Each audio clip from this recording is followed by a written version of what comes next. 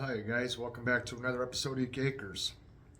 I wanted to say thank you to all of you that said down in the comment section that you're going to be praying for me for this upcoming surgery. And I really appreciate that, you guys, all of you. And I just wanted to say thank you for that because it's going to be much needed. You know, every time I go into the hospital, regardless of the procedure, there's always something crazy that takes place. I don't know why it's like that, but it is, for me anyway. It just always seems like there's something that happens that just is very memorable that kind of leaves its bookmark on my life. And I have no idea what's going to happen this time.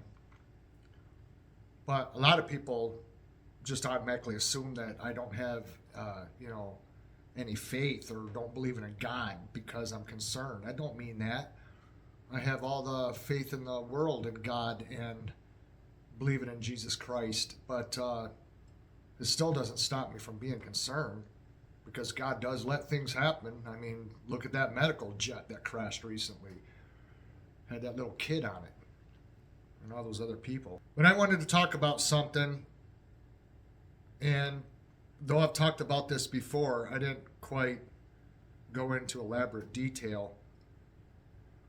And ever since it happened, I thought a lot about it, tried to make sense of it, and even to this day, I still can't make sense of it. But I remember it as if it happened 10 minutes ago. And the reason why I want to talk about this again is because I had a big podcaster get a hold of me that has 3 different YouTube channels, and it's all based on life after death, near-death experiences and stuff like that. And they asked me to pick which of the 3 channels I want to be featured on, and I said crossing over would be fine with me. However, they don't allow a lot of time. I think they allow like 30 minutes. So if you tell a story for 60 minutes, they got to edit it down to 30. So I haven't really made up my mind if I'm going to do it or not. But because I have another procedure coming up that is major and pretty life-threatening, I thought I would talk about what happened the last time. And because there were some things I left out. Just because I really didn't know how to explain it. And really, I still don't know how to explain it. But people might think it's strange, but it just is what it is. And to tell you the truth, you guys, I was kind of disappointed because over the years, over many years, that I've listened to NDE testimony, a lot of these people paint this picture in your head. You know how like you'll get visuals in your mind when someone tells you a very vivid story, you'll start to almost like see what they're describing in your head if they're good at telling the story. But a lot of them sound really beautiful and breathtaking and amazing, but mine wasn't like that. I mean, yeah, it was amazing, but it was nothing like these ones that I've heard about. And that to me was kind of disappointing, because I was kind of like looking forward to having this same type of near-death experience that these other people had, but mine was so different, and I don't know why it was different. All I know is that when my heart stopped, I went from being under through anesthesia to suddenly being awake, but not awake in this world.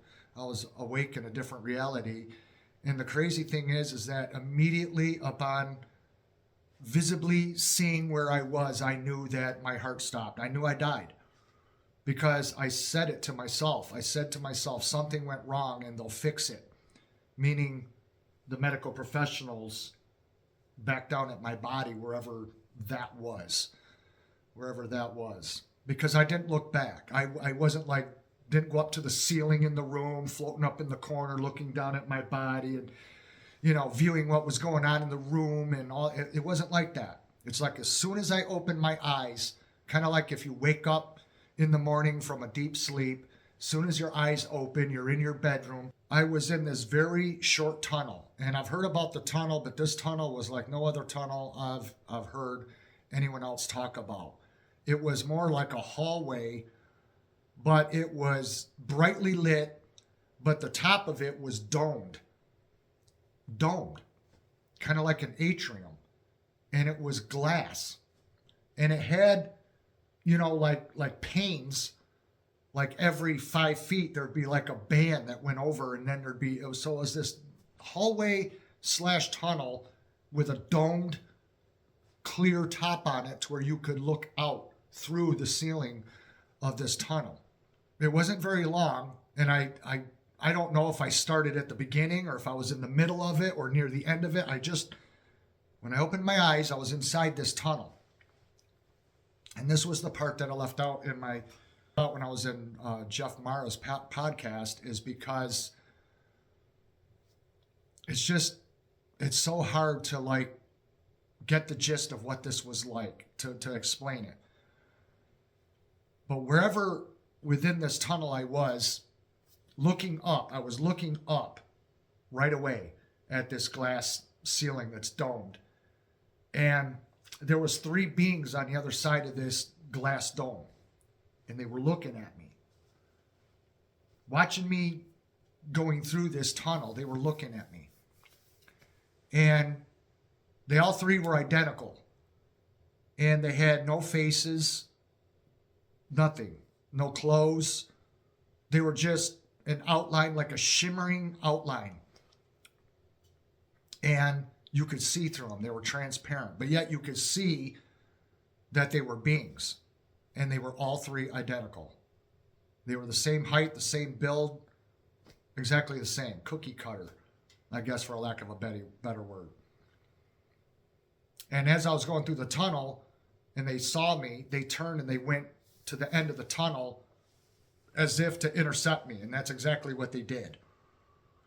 And then I was into this room, and I'm laying in the very same bed that I came to in when they restarted my heart. But while I was in the afterlife, I was in this same bed, only it was all white. And I was covered with this white sheet. And these beings came around and ended up at the foot of my bed. And I'm looking at them from laying down, from the view of laying flat on my back with my head on a pillow. And I'm looking at these beings in this white room that was probably, if I had to guess, maybe 12 feet by 15 feet. It wasn't a huge room. And the ceiling and the walls and the floor were identical. And it was all lit up white, like the backlight of a computer screen. So if you turned on your computer and you took everything off the screen, all your icons and whatever, to where it was just the white blank screen being lit, that's what the ceiling, the walls, and the floor and everything looked like. The floor and the ceiling and the walls were just alive with this light. And these beings went from right to left, from my right to left. And as they went to the other side of my bed, that's when this other hallway opened up just beyond the foot of my bed. And it just opened up like a portal. And when this hallway opened up, it went in deep about maybe 10 feet, and then it drastically curved. Just a perfect curve. I've never seen a hallway or a tunnel in real life in person like that, where it curves like that. Just haven't. All hallways or tunnels that I've been in have been basically straight. And out of this, the other end was much darker, came this man walking very swiftly towards me, and he was very well dressed. He looked very dapper. He had a suit on, a 3-piece suit, and dress shoes, and I was only allowed to see him from the waist down. I only saw the lower half of his body, and I knew it was a man. It wasn't like these other beings that went off to the side of my bed. This was more like a human being. And I thought it was my dad. And the reason why I say that is because my dad had his legs amputated when I was 7 years old, and I don't remember my dad ever walking. I have no memory of my dad ever walking throughout my entire childhood. He was always in a wheelchair. And so I assumed it was my dad who was deceased, because it was like putting emphasis on his legs, like look at his legs, he's walking, he's perfect. And from the waist up, it was I don't want to say it was blurred out or blacked out. I just couldn't see the upper half of them. I don't know how to explain it. I was not allowed to see the upper half of them to identify who this person was or this man. But he was walking swiftly towards me, and he was approaching me as I'm in this bed. And just as he was getting ready to get to me, all of a sudden now I'm seeing this opening, this perfect circle about the size of a manhole. Exactly the size of a manhole. And it wasn't laying flat, and it wasn't straight up like this. It was at an angle. And I'm looking through it. And this manhole, this circle that's right in front of me, probably no more than 4 or 5 feet in front of me, had this black, grayish smoke that was swirling like fire. It was like flames, but it was smoke. So if you can imagine blackish gray smoke behaving like flames on a fire, that's what it was doing. And it opened up. And this was a portal looking from the afterlife into this life, this reality.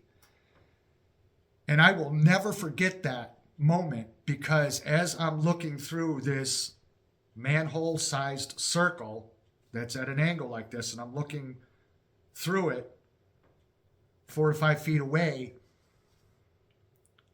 it reminded me of, like, if you ever, this is the best way I can describe it. If you've ever tied up a full bag of garbage that had a lot of gross stuff in it, a full bag of garbage, and you tied it up, but you forgot that you had something else you wanted to throw away, so you had to re-untie the bag and open it up so you could add something more into it and then re-tie up the garbage. But when you open it up, you look in there, you're like, oh, that's what this world looked like to me as I looked at it through this portal. This world looked as filthy and as disgusting as looking into a bag of garbage. I kid you not. I swear on my life, that's the exact impression I got. Because when I looked through that circle, I was looking down at the medical professionals that were scrambling to revive me. And I was looking from above, and I could see the tops of the trauma nurses' heads. I could see their hairstyle. I could see what they were wearing. I could watch everything they were doing through this opening that still had this smoke like flames licking all around it. It wasn't scary. It just was what it was. It was just how it happened. For whatever reason, it had to be like that. That's how it was. And as I'm looking at them, the next thing I know, I went through it, and now I'm opening my eyes from my physical body. And instead of looking down through this portal, I'm now in the bed looking up at these trauma nurses. And I'm surrounded by all this life-saving equipment and the crash cart's right here to my left. And I woke up in the most horrific pain to date that I've ever had. My chest was killing me, and I was wailing in agony. And they asked me what was wrong, and I just kept telling them, my chest is killing me. Oh my God, I could hardly breathe. My chest hurt so bad. And it's because they jumped me with the paddle cart to get my heart going, because I suffered cardiac arrest during the surgery that I had, which was spermatocele surgery. And the nurse that was furthest down beside my bed, because there was one here and another one, and then the one that was down at the end, she kind of barged her way up the bed to the side of my bed, and she leaned over me and she says, honey, we had an awfully hard time bringing you back. They almost couldn't bring me back. They tried and they tried and they tried, and I don't know how many times they zapped me with the paddles, but I'll tell you what, you guys, I never felt pain like that in the chest. Ever. It felt like I had a city bus parked on my rib cage. And so it was brief, but though it was brief, I don't know where I ended up. I don't know how I got into that tunnel. I don't know who those 3 beings were, because they all looked identical. Bridget told me something I never thought about. She said maybe it was the Trinity. Maybe it was. I don't know. Was the man coming towards me, walking swiftly out of that hallway that opened up like a portal. Was that my dad? I don't know. Could have been the devil in disguise. It could have been anybody. I don't know. But it was a man. That I do know for a fact. It was a man. And I was just looking at him walking to me. Just looking at his lower half walking to me out of this tunnel. And nothing was ever said to me. The three beings that were with me never said anything to me. The man coming out of the hallway never said anything. There was no audible voice or anything to say anything to me, like it's not your time or nothing. There was no instruction. There was nothing. I had no idea what was going on. I just knew that I was in an alternative reality, and it was more real than this life. And it really happened. It wasn't a dream. It wasn't a hallucination. My heart stopped, and this is where I ended up. And I'm just kind of disappointed that it wasn't like really profound in a beautiful way. Like a lot of these people explain, like going through this spinning tunnel, and there's a light way at the end of the tunnel, and then they come out the other end, and they see beautiful meadows and flowers and snow-covered mountains, and, you know, that's what I would like to see. But it wasn't like that for me. I was just in this weird tunnel that had a glass top to it. And then I came out into this room that was illuminated like a computer screen. All surfaces, all the way around me. And like, imagine being inside of a cube and the whole thing is lit up. And you're in there with three beings. You're laying in a bed. There's nothing else in the room. Nothing else. Nothing. And then this hallway opened up, and then this man that I can only view the lower half of come walking out of this tunnel, and right before he got to me, I don't know if I would have got to see who he was. I don't know if he would have said something to me. I have no idea, but then they brought me back. And the rest is history. And it was kind of odd because, you know, the one thing that happened when I was discharged that same day they sent me home. They wheeled me out to the car that was waiting for me to give me a ride home. The nurse that was wheeling me out, she stopped at the reception window that's right there because there was these electric doors going out into this little cul-de-sac where you can get your ride to go home. And she stopped at this window because there was a bouquet of roses right there in a vase. And she pulled a long stem rose out of that vase, and she reached around and over my shoulder and put it on my lap, and then wheeled me out to my ride. I don't know why she did that. I have no idea why she did that. She didn't say nothing. She just did that. And I don't know. I don't know what that was, the symbology of that. Like, what did that mean? I don't know. Maybe it was because she was happy I was alive. I mean, I don't know. It was nice of her, but I never had anybody do that before after an event like that. So I have no idea what's going to happen during this surgery, but I wouldn't be surprised I would not be surprised at all if I didn't have another experience, to be honest with you guys. I'm just telling you the truth. I would not be surprised. But so long as I live, I'll never forget that. And it was real. It actually happened. I swear on my life it happened. It was as real as I'm sitting here.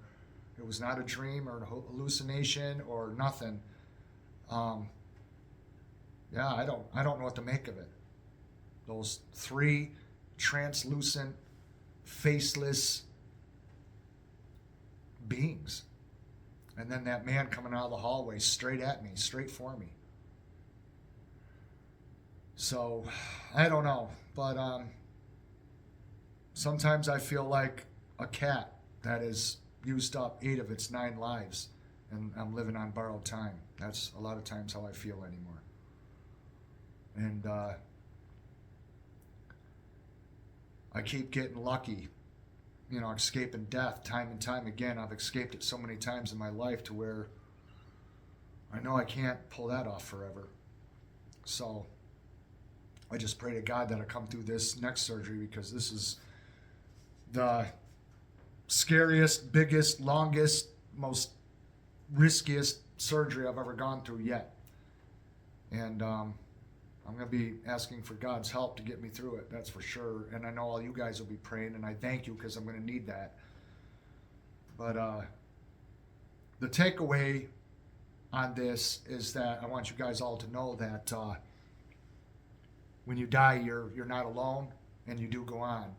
And I also want to tell you this, and I want you to always remember this. You do not think about your body when you leave it, nor are you any bit concerned for it. I never looked at my body. I never thought about my body. I never wondered about my body, what was going on with it. I'll give you an example of exactly what it's like, and I want you to always remember this. Imagine if you were somebody that never been to the Mall of America in Minnesota, the United States' biggest mall. They got amusement rides in there and all kinds of stores and multi-levels. Imagine walking into that mall for the first time and seeing all that is in that mall and being engrossed with everything that you're seeing in there and not even thinking about the car you just left parked out in the parking lot. Because that's basically what happens when you go into a mall or any place. You never think about your car that you just left out in the parking lot. As soon as you park it, lock it up, and walk away from it, and you go into whatever building you're going into, your car just don't come into your mind. That's exactly what it's like when you die and you leave your body. You just don't give it any thought. It's like you stepped out of your vehicle and you go on, just like you do when you leave your car. So anyway, guys, food for thought. You're never alone, whether in this life or in the next. You're never alone. Thanks for watching. We'll see you guys again in the next one. Bye-bye.